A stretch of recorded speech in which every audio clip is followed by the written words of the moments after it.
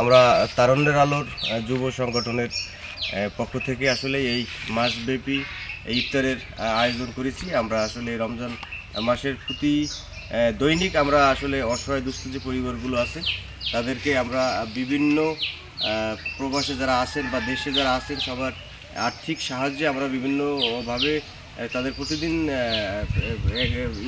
এই ইফতার দেওয়ার চেষ্টা করতেছি। আসলে আমাদের এই যে তারুণ্যের যে যুব সংঘের যে আলো, এটি আসলে আমরা এই বছরই প্রথম আমরা এই সংগঠনটি দাঁড় করিয়েছি।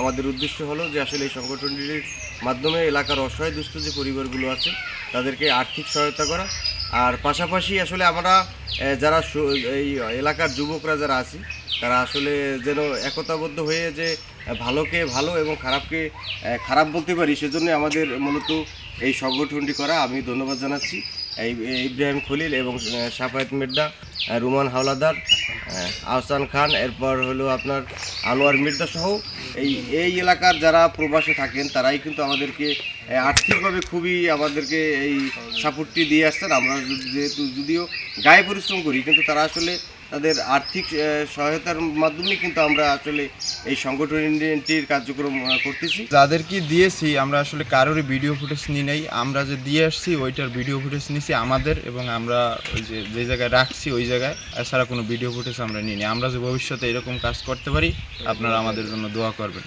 মানুষের দ্বারে দ্বারে গিয়ে গরিব দুঃখী মানুষদেরকে যেন আর্থিক সাহায্য সহযোগিতা করতে পারি, এবং আমাদের এই যে সংগঠনে যারা আমাদেরকে ডোনেট করে থাকেন তারাও যেন আমাদেরকে কম হোক বেশি হোক যাই হোক সব কিছু দিয়ে আমাদেরকে সাহায্য সহযোগিতা করতে পারেন।